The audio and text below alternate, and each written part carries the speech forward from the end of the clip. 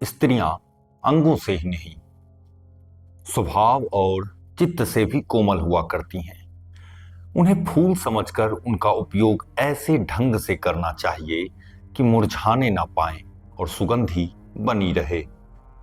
नमस्कार, श्री राधे। स्वागत है आप सभी का कामसूत्र के अगले एपिसोड में। तो आइए शुरू करते हैं। आलिंगन, चुंबन आदि करने में सलाह दी जाती है कि उसे अच्छे ढंग से करें, नहीं तो स्त्रियों में भय, आशंका, ईर्ष्या, घृणा, कोई न कोई मानसिक विकार उत्पन्न होकर आजीवन बना रहता है। तरुणी के स्वभाव और चित्त वृत्ति को भली भांति समझकर उससे उस प्रकार का व्यवहार करना चाहिए। वह किस स्थान के चुंबन को अधिक पसंद करती है, दंतक्षत या नक्षत उसे किस समय अधिक पसंद हैं अथवा इन्हें अधिक महत्व नहीं देती है, यह सब समझ बूझकर व्यवहार करना सर्वथा उचित है। प्रारंभ के 3 दिन तो बड़ी ही सावधानी के होते हैं। यदि इस अवधि में स्त्री के हृदय में पुरुष के प्रति किसी प्रकार की विरक्ति का भाव पैदा हो जाता है तो सदैव के लिए वह उसके मन में घृणा बनकर निवास करेगी। इस समय पुरुष को चाहिए कि धैर्य धारण करे, निहायत कोमल बनकर योग्यतापूर्वक स्त्री की मानसिक बाधाएं दूर करे। स्त्री के शील, संकोच और लज्जा का भी ख्याल रखना चाहिए। स्त्रियां संभोग अंधेरे में ही पसंद करती हैं।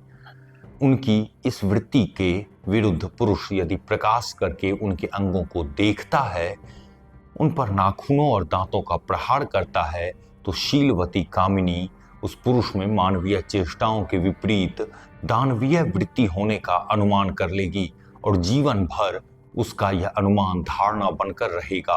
वह पुरुष को अमानवीय वृत्तियों का ही समझती रहेगी। आनंद के दान और प्रतिदान का माध्यम संभोग है। परस्पर सुख और आनंद की उपलब्धि के लिए स्त्री और पुरुष अपना सब कुछ एक दूसरे को सौंप दिया करते हैं। आत्मसमर्पण ही स्त्री और पुरुष के लिए अत्यधिक आनंद और सौभाग्य की वस्तु है। संभोग केवल ऐन्द्रिक सुख को ही नहीं, बल्कि वह आत्म बलिदान, आत्मसमर्पण का शिक्षा देती है। संभोग के इस रहस्य को समझ लेने पर हम उसका उचित प्रयोग, सदुपयोग कर सकते हैं। पशु और मानव में केवल इसी समझ का ही तो अंतर होता है। अधिकतर संभोग प्रेम और भूख, इन दो मानसिक वृत्तियों पर निर्भर करता है। प्रेम उदार और भावुक बनाता है और वासना की भूख स्वार्थी बनाती है। अधिकांश लोग यही समझते हैं कि दाम्पत्य जीवन के विधानों को काम शास्त्र द्वारा समझने की कोई जरूरत नहीं है। प्रकृति सब कुछ स्वयं सिखा देती है। ऐसे विचार रखने वाले मध्य जीवन में पदार्पण करने पर दुखी और निराश देखे जाते हैं। उनका दाम्पत्य जीवन नीरस हो जाता है। पति पत्नी के स्वभाव में चिड़चिड़ापन आ जाता है। कभी कभी तो एक दूसरे के प्रति अविश्वास की भावना भी जड़ जमा लेती है। वात्स्यायन इस विकृत अवस्था से सुरक्षित रखने के लिए ही उपदेश देते हैं कि संभोग से पूर्व आलिंगन, चुंबन आदि उसी क्रम से किए जाएं जिस क्रम से रति का उद्वेग बढ़ता जाता है। काम संवेग जब पूर्ण अवस्था में आ जाए तब चुंबन, नक्षत आदि शीघ्रता पूर्वक करने चाहिए। वात्स्यायन ने ललाट, जुल्फ, कपोल, नयन, छाती, स्तन, नीचे के ओठ और जीभ को चुंबन के स्थान बताए हैं, किंतु साथ ही वह यह भी उल्लेख करते हैं कि लाट देश के लोग जांघों के जोड़ों को, कांख और पेड़ू को भी चूमते हैं। देशाचार के अनुसार हर प्रदेश में चुंबन की विधियां भिन्न भिन्न संभव है। नैषधीय चरित्र से ज्ञात होता है कि चुंबन रात में ही करना चाहिए, दिन में करना निषिद्ध है।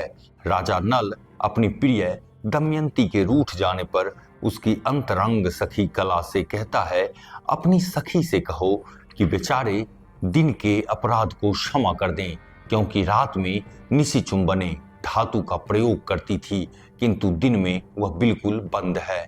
वात्स्यायन ने लाट देश के लोगों के चुंबन के जो स्थल बताए हैं, दमयंती के उन्हीं स्थानों को श्रीहर्ष ने नैषधीय चरित में व्यंजना द्वारा चूमने का वर्णन नल के मुख से कराया है।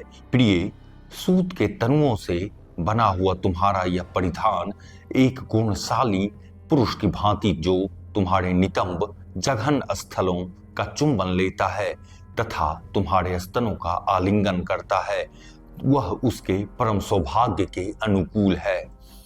भिक्षु पद्मश्री भी यही स्वीकार करते हैं कि देश भेद से, स्वभाव भेद से स्त्रियों को चुंबन प्रिय हुआ करते हैं, इसलिए अपनी प्रकृति के अनुसार वे विलास करती हैं।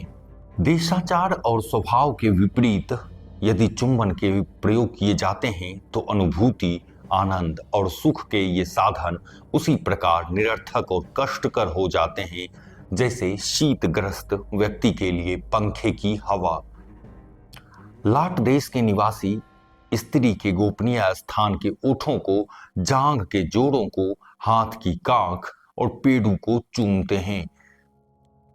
इस पर वात्स्यायन मुनि का मत है कि जो लोग ऐसे अंगों और स्थानों को चूमते हैं उनका यह चुंबन देशाचार के अनुकूल है। दूसरे लोगों को उनका अनुकरण नहीं करना चाहिए। आज के एपिसोड को हम यहीं पर समाप्त करते हैं। आगे के एपिसोड में हम जानेंगे कि चुंबन कितने प्रकार के होते हैं। तब तक आप लोग अपना प्यार यूं ही इस चैनल पर बनाए रखिए। श्री राधे।